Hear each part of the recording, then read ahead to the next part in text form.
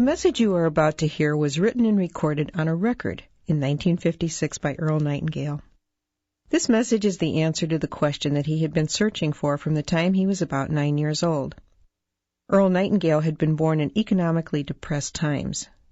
As a child, because they were so poor, Earl desperately wanted to know why some people grew up to enjoy prosperity, while others, like his family, struggled merely to survive.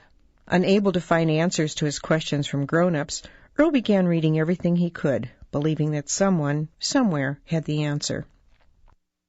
Many years passed, and when Earl was 35 years old, he wrote and recorded this message. It was to be played one Saturday morning to a small group of salesmen during his absence. When Earl returned, he learned that the message had made such a positive impact on the men, they wanted copies to share with their friends and family. Earl arranged with Columbia Records to duplicate the record to meet the many requests. Much to Earl's surprise, in very little time, without any real advertising or marketing, over 1 million copies had been sold, and he received a gold record. Earl called the message "The Strangest Secret." And this single recording was the seedling from which the entire personal development industry grew. And because Earl had discovered the true meaning of the strangest secret, which determines the outcome of one's life, he went from poverty to become one of the most highly recognized voices and names throughout the United States and from the West Indies to South Africa. His daily radio program, Our Changing World, was the world's most widely sponsored radio program and was heard daily across the United States, Canada, Mexico, Australia, the Bahamas, Guam, New Zealand, Puerto Rico, the Armed Forces Radio, and 30 countries overseas. I'm Diana Nightingale, and since my husband's death in 1989, I have continually looked for new effective ways to continue to share Earl's many messages of inspiration with the world. The personal development industry is so vast today, and yet people around the world attribute The Strangest Secret as being the one message that has most positively affected their lives. Earl revised The Strangest Secret several times over the past 40 years as times changed. Because of these changes, I believe you will appreciate the historic value of this original recording. As you listen, you will notice how the statistics reflect those of the mid-1950s. You'll also hear Earl mention the other side of the record. But 40 years later, the message is as true and valuable as it was then. Now I invite you to sit back, relax, and enjoy the original The Strangest Secret by Earl Nightingale.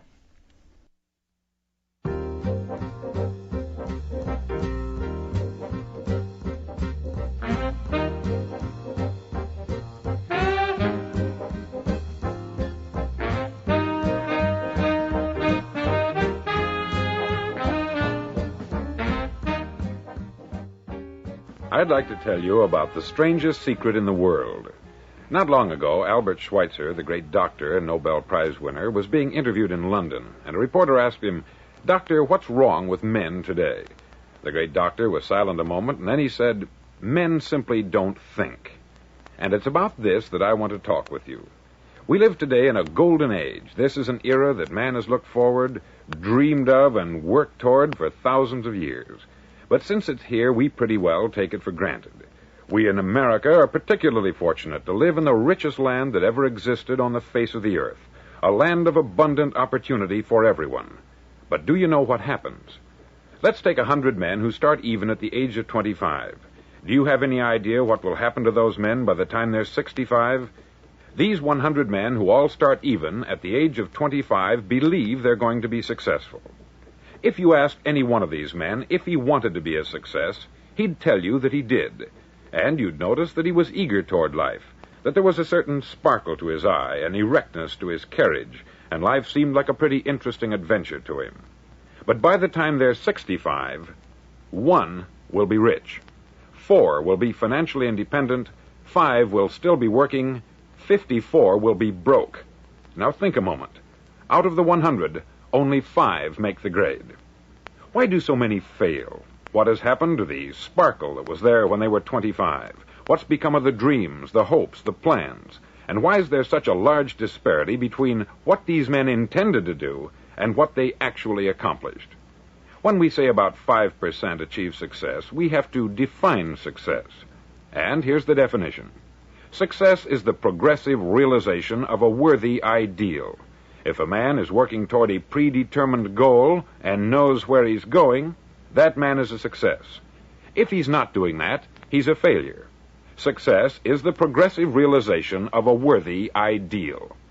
Rollo May, the distinguished psychiatrist, wrote a wonderful book called Man's Search for Himself. And in this book he says, the opposite of courage in our society is not cowardice, it is conformity. And there you have the trouble today. It's conformity. People acting like everyone else, without knowing why, without knowing where they're going. Now think of it. In America right now, there are over 14 million people 65 years of age and over, and about 13 million of these 14 million are broke. They're dependent on someone else for life's necessities.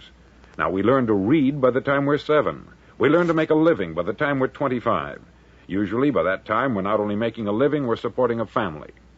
And yet, by the time we're 65, we haven't learned how to become financially independent in the richest land that has ever been known.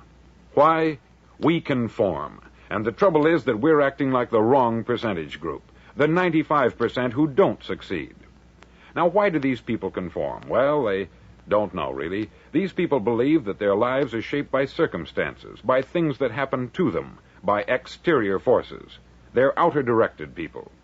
A survey was made one time that covered a lot of men, working men, and these men were asked this question. Why do you work? Why do you get up in the morning? 19 out of 20 had no idea. If you ask them, they'll say, everyone goes to work in the morning. And that's the reason they do it, because everyone else is doing it. Now let's get back to our definition of success. Who succeeds? The only man who succeeds is the man who is progressively realizing a worthy ideal. He's the man who says, I'm going to become this, and then begins to work toward that goal. I'll tell you who the successful people are. A success is the school teacher who's teaching school because that's what she wanted to do. The success is the woman who's a wife and mother because she wanted to become a wife and mother and is doing a good job of it. The success is the man who runs the corner gas station because that's what he wanted to do. The success is the successful salesman who wants to become a top-notch salesman and grow and build with his organization. A success is anyone who is doing deliberately a predetermined job because that's what he decided to do deliberately. But only 1 out of 20 does that. That's why today there isn't really any competition, unless we make it for ourselves. Instead of competing, all we have to do is create.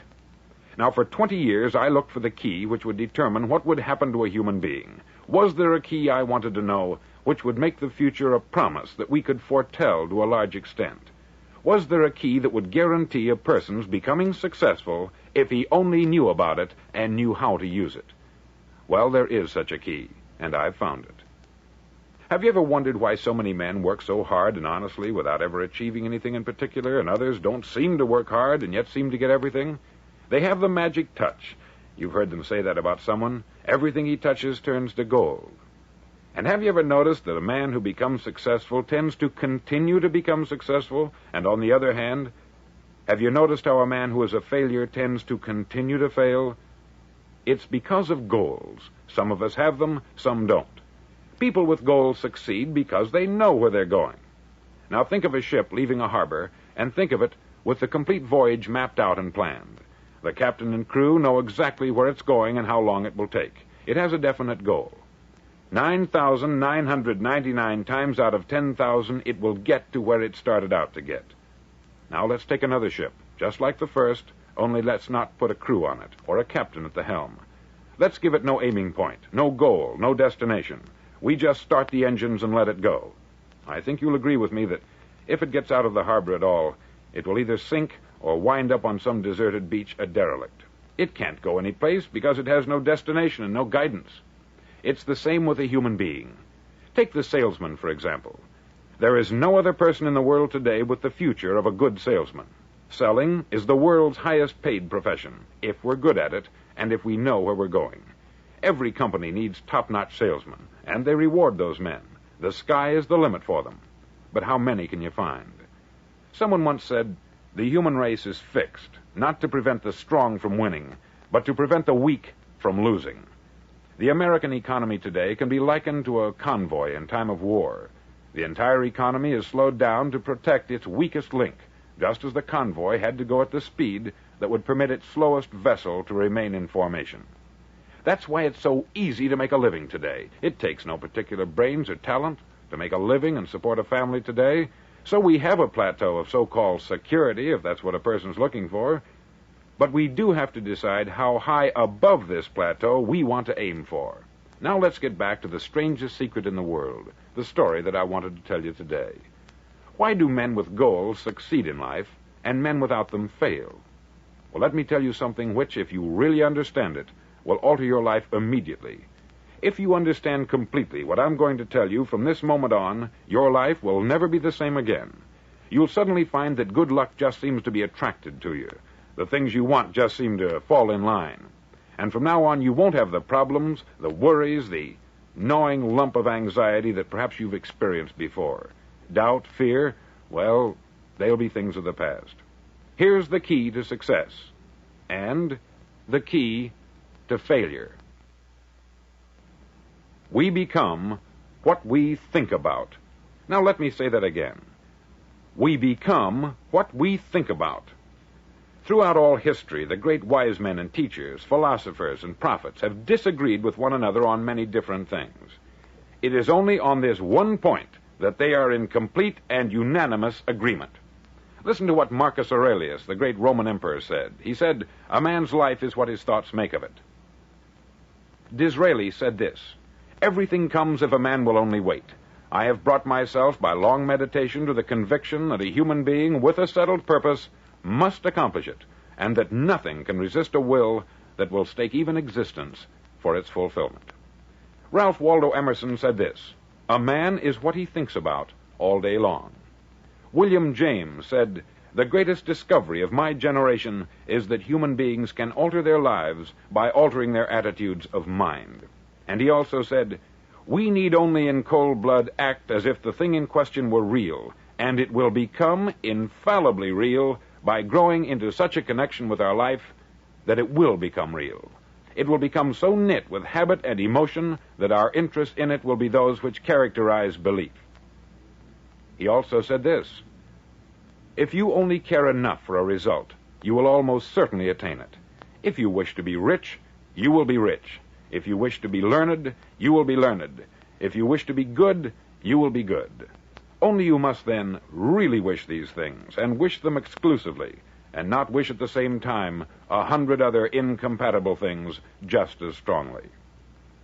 In the Bible you read, in Mark 9:23, "If thou canst believe, all things are possible to him that believeth." Dr. Norman Vincent Peale said this, "This is one of the greatest laws in the universe. Fervently do I wish I had discovered it as a very young man. It dawned upon me much later in life, and I've found it to be one of the greatest, if not my greatest discovery, outside of my relationship to God. And the great law, briefly and simply stated, is that if you think in negative terms, you'll get negative results. If you think in positive terms, you will achieve positive results. That is the simple fact which is at the basis of an astonishing law of prosperity and success. In 3 words, believe and succeed." William Shakespeare put it this way, "Our doubts are traitors, and make us lose the good we oft might win by fearing to attempt." George Bernard Shaw said, "People are always blaming their circumstances for what they are. I don't believe in circumstances. The people who get on in this world are the people who get up and look for the circumstances they want, and if they can't find them, make them." Well, it's pretty apparent, isn't it? And every person who discovered this, for a while believed that he was the first one to work it out. We become what we think about. Now, it stands to reason that a person who's thinking about a concrete and worthwhile goal is going to reach it, because that's what he's thinking about. And we become what we think about. Conversely, the man who has no goal, who doesn't know where he's going, and whose thoughts must therefore be thoughts of confusion and anxiety and fear and worry, becomes what he thinks about. His life becomes one of frustration, fear, anxiety, and worry. And if he thinks about nothing, he becomes nothing. Now, how does it work? Why do we become what we think about? Well, I'll tell you how it works as far as we know. Now, to do this, I want to tell you about a situation that parallels the human mind. Suppose a farmer has some land, and it's good, fertile land. Now, the land gives the farmer a choice. He may plant in that land whatever he chooses. The land doesn't care. It's up to the farmer to make the decision. Now, remember, we're comparing the human mind with the land, because the mind, like the land, doesn't care what you plant in it. It will return what you plant, but it doesn't care what you plant. Now, let's say that the farmer has two seeds in his hand. One is a seed of corn, the other is nightshade, a deadly poison. He digs two little holes in the earth, and he plants both seeds, one corn, the other nightshade. He covers up the holes, waters, and takes care of the land, and what will happen? Invariably, the land will return what is planted. As it's written in the Bible, as ye sow, so shall ye reap. Remember, the land doesn't care. It will return poison in just as wonderful abundance as it will corn. So up come the two plants, one corn, one poison. Now, the human mind is far more fertile, far more incredible and mysterious than the land, but it works the same way. It doesn't care what we plant. Success, failure. A concrete, worthwhile goal, or confusion, misunderstanding, fear, anxiety, and so on. But what we plant, it will return to us. You see, the human mind is the last great unexplored continent on the earth. It contains riches beyond our wildest dreams. It will return anything we want to plant. Now, you might say, well, if that's true, why don't people use their minds more? Well, I think they've figured out an answer to that, too. Our mind comes as standard equipment at birth. It's free, and things that are given to us for nothing, we place little value on. Things that we pay money for, we value. The paradox is that exactly the reverse is true. Everything that's really worthwhile in life came to us free. Our mind, our soul, our body, our hopes, our dreams, our ambitions, our intelligence, our love of family and children and friends. All these priceless possessions are free, but the things that cost us money are actually very cheap and can be replaced at any time. A good man can be completely wiped out and make another fortune. He can do that several times. Even if our home burns down, we can rebuild it, but the things we got for nothing, we can never replace. The human mind isn't used merely because we take it for granted. Familiarity breeds contempt. It can do any kind of job we assign to it, but generally speaking, we use it for little jobs instead of big, important ones. Universities have proved that most of us are operating on about 10% of our abilities. Decide now, what is it you want? Plant your goal in your mind. It's the most important decision you'll ever make in your entire life. Do you want to be an outstanding salesman, a better worker at your particular job? Do you want to go places in your company, in your community? All you've got to do is plant that seed in your mind. Care for it. Work steadily toward your goal, and it will become a reality. It not only will, there's no way that it cannot. You see, that is a law, like the laws of Sir Isaac Newton, the laws of gravity. If you get on top of a building and jump off, you'll always go down. You'll never go up. And it's the same with all the other laws of nature. They always work. They're inflexible. Think about your goal in a relaxed, positive way. Picture yourself in your mind's eye as having already achieved this goal. See yourself doing the things you will be doing when you've reached your goal. Ours has been called the phenobarbital age, the age of ulcers and nervous breakdowns.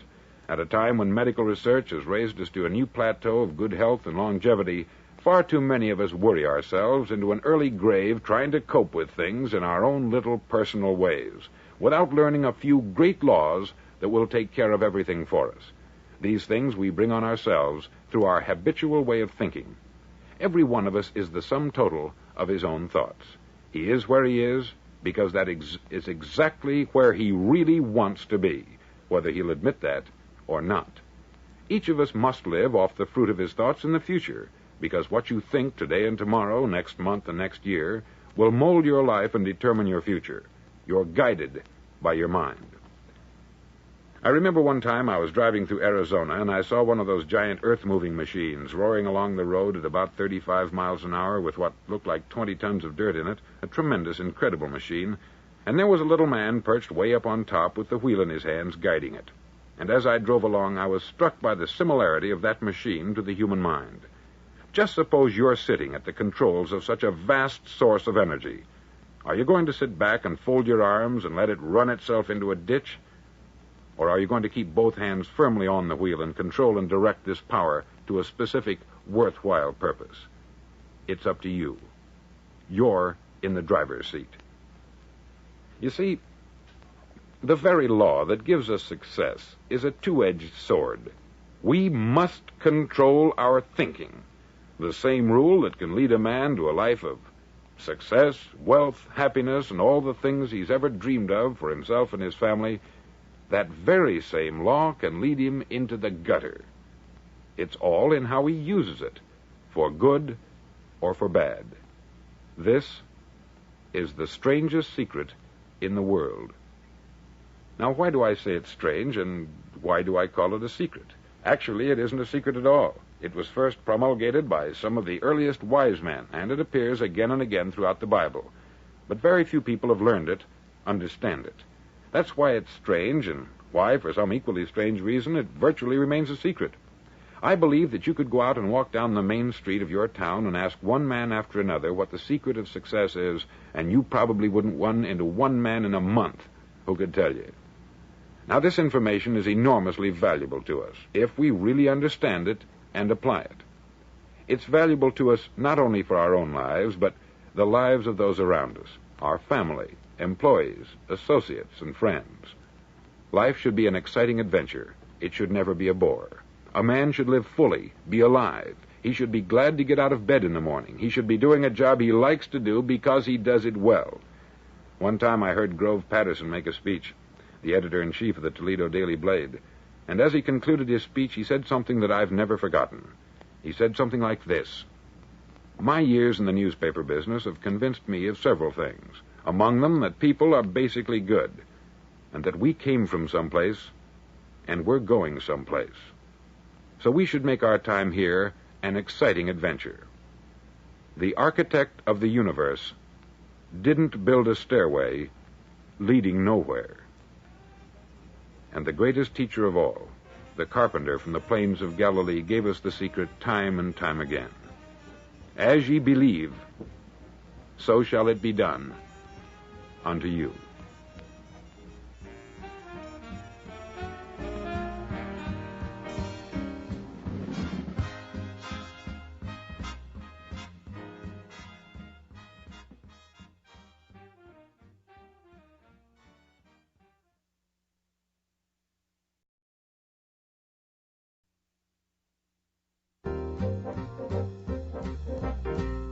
On side number 1 of this record, I've explained the strangest secret in the world and how it works. Now, on this side, I want to explain how you can prove to yourself the enormous returns possible in your own life by putting this secret to a practical test. I want you to make a test that will last 30 days. Now, it isn't going to be easy. If you'll give it a good try, it will completely change your life for the better. Back in the 17th century, Sir Isaac Newton, the English mathematician and natural philosopher, gave us some natural laws of physics which apply as much to human beings as they do to the movement of bodies in the universe. Now, one of these laws is that for every action, there is an equal and opposite reaction. Simply stated, as it applies to you and me, it means we can achieve nothing without paying the price. The results of your 30-day experiment will be in direct proportion to the effort you put forth. To be a doctor, you must pay the price of long years of difficult study. To be successful in selling, and remember that each of us succeeds to the extent of his ability to sell, selling our families on our ideas, selling education in schools, selling our children on the advantages of living the good and honest life, selling our associates and employees on the importance of being exceptional people, to, of course, the profession of selling itself. But to be successful in selling our way to the good life, we must be willing to pay the price. Now, what is that price? Well, it's many things. First, it's understanding emotionally, as well as intellectually, that we literally become what we think about, that we must control our thoughts if we're to control our lives.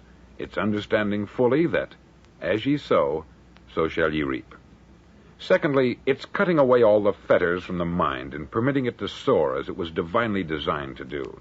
It's the realization that your limitations are self-imposed and that the opportunities for you today are enormous beyond belief. It's rising above narrow-minded pettiness and prejudice. Thirdly, to use all your courage to force yourself to think positively on your own problem, to set a definite and clearly defined goal for yourself, to let your marvelous mind think about your goal from all possible angles, to let your imagination speculate freely upon many different possible solutions, to refuse to believe there are any circumstances sufficiently strong to defeat you in the accomplishment of your purpose, to act promptly and decisively when your course is clear, and to keep constantly aware of the fact that you are, at this moment, standing in the middle of your own acre of diamonds, as Russell Conwell used to point out. Fourth, save at least 10% of what you earn. It's also remembering that no matter what your present job, it has enormous possibilities if you're willing to pay the price. Now let's just go over the important points in the price each of us must pay to achieve the wonderful life that can be ours. It is, of course, worth any price. 1, you will become what you think about. 2, remember the word imagination. Let your mind soar. 3, courage. Concentrate on your goal every day. 4, save 10% of what you earn. And action. Ideas are worthless unless we act on them. Now I'll try to outline the 30-day test I want you to make. Now keep in mind that you have nothing to lose by making this test, and everything you could possibly want to gain. There are 2 things that may be said of everyone. Each of us wants something, and each of us is afraid of something. I want you to write on a card what it is you want more than anything else. It may be more money. Perhaps you'd like to double your income or make a specific amount of money. It may be a beautiful home. It may be success at your job. It may be a particular position in life. It could be a more harmonious family. Each of us wants something. Write down on your card specifically what it is that you want. Make sure it's a single goal and clearly defined. You needn't show it to anyone, but carry it with you so that you can look at it several times a day. Think about it in a cheerful, relaxed, positive way each morning when you get up, and immediately you have something to work for, something to get out of bed for, something to live for.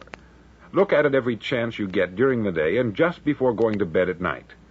As you look at it, remember that you must become what you think about, and since you're thinking about your goal, you realize that soon it will be yours.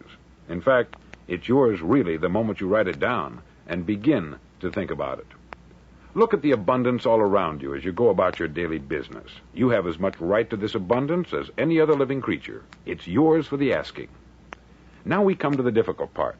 Difficult because it means the formation of what is probably a brand new habit, and new habits are not easily formed. Once formed, however, it'll follow you for the rest of your life. Stop thinking about what it is you fear. Each time a fearful or negative thought comes into your consciousness, replace it with a mental picture of your positive and worthwhile goal. There will come times when you will feel like giving up. It's easier for a human being to think negatively than positively. That's why only 5% is successful. You must begin now to place yourself in that group. For 30 days, you must take control of your mind. It will think only about what you permit it to think. Each day for this 30-day test, do more than you have to do. In addition to maintaining a cheerful, positive outlook, give of yourself more than you've ever done before. Do this knowing that your returns in life must be in direct proportion to what you give. The moment you decide on a goal to work toward, you're immediately a successful person. You're then in that rare and successful category of people who know where they're going. Out of every 100 people, you belong to the top 5. Don't concern yourself too much with how you're going to achieve your goal. Leave that completely to a power greater than yourself. All you have to do is know where you're going. The answers will come to you of their own accord. Remember these words from the Sermon on the Mount, and remember them well. Keep them constantly before you this month of your test. Ask, and it shall be given you. Seek, and ye shall find. Knock, and it shall be opened unto you. For every one that asketh receiveth, and he that seeketh findeth, and to him that knocketh it shall be opened. It's as marvelous and as simple as that. In fact, it's so simple that in our seemingly complicated world, it's difficult for an adult to understand that all he needs is a purpose and faith. For 30 days, do your best. If you're a salesman, go at it as you've never done before, not in hectic fashion, but with the calm, cheerful assurance that time well spent will give you the abundance in return you deserve and want. If you're a homemaker, devote your 30-day test to complete giving of yourself without thinking about receiving anything in return, and you will be amazed at the difference it makes in your life. No matter what your job, do it as you've never done it before for 30 days. And if you've kept your goal before you every day, you'll wonder and marvel at this new life you've found. Dorothea Brand, outstanding editor and writer, discovered it for herself and tells about it in her fine book, Wake Up and Live. Her entire philosophy is reduced to the words, act as though it were impossible to fail. She made her own test with sincerity and faith, and her entire life was changed to one of overwhelming success. Now you make your test for 30 full days. Don't start your test until you've made up your mind to stick with it. You see, by being persistent, you're demonstrating faith. Persistence is simply another word for faith. If you didn't have faith, you would never persist. If you should fail during your first 30 days, by that I mean suddenly find yourself overwhelmed by negative thoughts, you've got to start over again from that point and go 30 more days. Gradually, your new habit will form until you find yourself one of that wonderful minority to whom virtually nothing is impossible. Don't forget the card. It's vitally important as you begin this new way of living. On one side of the card, write your goal, whatever it may be. On the other side, write the words we've quoted from the Sermon on the Mount. Ask, and it shall be given you. Seek, and ye shall find. Knock, and it shall be opened unto you. In your spare time during your test period, read books that will help you. Inspirational books like the Bible, Dorothea Brand's Wake Up and Live, The Magic of Believing by Claude Bristol, Think and Grow Rich by Napoleon Hill, and other books that instruct and inspire.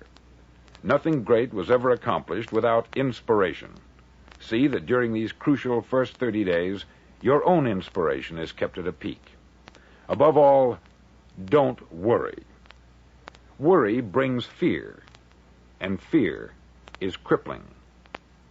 The only thing that can cause you to worry during your test is trying to do it all yourself. Know that all you have to do is hold your goal before you. Everything else will take care of itself. Remember also to keep calm and cheerful. Calm and cheerful. Don't let petty things annoy you and get you off course. Now, since making this test is difficult, some may say, well, why should I bother? Well, look at the alternative. No one wants to be a failure. No one really wants to be a mediocre individual. No one wants a life constantly filled with worry, fear, and frustration. Therefore, remember that you must reap that which you sow. If you sow negative thoughts, your life will be filled with negative things. If you sow positive thoughts, your life will be cheerful, successful, and positive. Now, gradually, you will have a tendency to forget what you've heard on this record. Play it often. Keep reminding yourself of what you must do to form this new habit. Gather your whole family about and listen to what's been said here at regular intervals. You know, most men will tell you that they want to make money without understanding the law. The only people who make money work in the mint. The rest of us must earn money. This is what causes those who keep looking for something for nothing or a free ride to fail in life. The only way to earn money is by providing people with services or products which are needed and useful. We exchange our product or service for the other man's money. Therefore, the law is that our financial return will be in direct proportion to our service. Success is not the result of making money. Making money is the result of success. And success is in direct proportion to our service. Most people have this law backwards. They believe that you're successful if you earn a lot of money. The truth is that you can only earn money after you're successful. It's like the story of the man who sat in front of the stove and said to it, "Give me heat, and then I'll add the wood." How many men and women do you know, or do you suppose there are today, who take the same attitude toward life? There are millions. We've got to put the fuel in before we can expect heat. Likewise, we've got to be of service first before we can expect money. Don't concern yourself with the money. Be of service. Build, work, dream, create. Do this, and you'll find there's no limit to the prosperity and abundance that will come to you. Prosperity is founded upon a law of mutual exchange. Any person who contributes to prosperity must prosper in turn himself. Sometimes the return will not come from those you serve, but it must come to you from someplace, for that is the law. For every action, there is an equal and opposite reaction. As you go daily through your 30-day test period, remember that your success will always be measured by the quality and quantity of service you render, and money is a yardstick for measuring this service. No man can get rich himself unless he enriches others. There are no exceptions to a law. You can drive down any street in America and from your car estimate the service that's being rendered by the people living on that street. Had you ever thought of this yardstick before? It's interesting. Some, like ministers and priests and other devoted people, measure their returns in the realm of the spiritual, but again, their returns are equal to their service. Once this law is fully understood, any thinking person can tell his own fortune. If he wants more, he must be of more service to those from whom he receives his return. If he wants less, he has only to reduce this service. This is the price you must pay for what you want. If you believe you can enrich yourself by deluding others, you can only end by deluding yourself. Just as surely as you breathe, you'll get back what you put out. Don't ever make the mistake of thinking you can avert this. It's impossible. The prisons and the streets where the lonely walk are filled with people who tried to make new laws just for themselves. We may avoid the laws of man, but there are greater laws that cannot be broken. An outstanding medical doctor recently pointed out 6 steps that will help you realize success. 1, set yourself a definite goal. 2, quit running yourself down. 3, stop thinking of all the reasons why you cannot be successful, and instead think of all the reasons why you can. 4, trace your attitudes back through your childhood and try to discover where you first got the idea you couldn't be a success, if that's the way you've been thinking. 5, change the image you have of yourself by writing out a description of the person you would like to be. And 6, act the part of the successful person you have decided to become. The doctor who wrote those words is a noted West Coast psychiatrist, David Harold Fink, M.D. Do what all the experts since the dawn of recorded history have told you you must do. Pay the price by becoming the person you want to become. It's not nearly as difficult as living unsuccessfully. Make your 30-day test. Then repeat it. Then repeat it again. Each time it will become more a part of you until you'll wonder how you could ever have lived any other way. Live this new way, and the floodgates of abundance will open and pour over you more riches than you may have dreamed existed. Money? Yes, lots of it. But what's more important, you'll have peace. You'll be in that wonderful minority who lead calm, cheerful, successful lives. Start today. You have nothing to lose, but you have a life to win.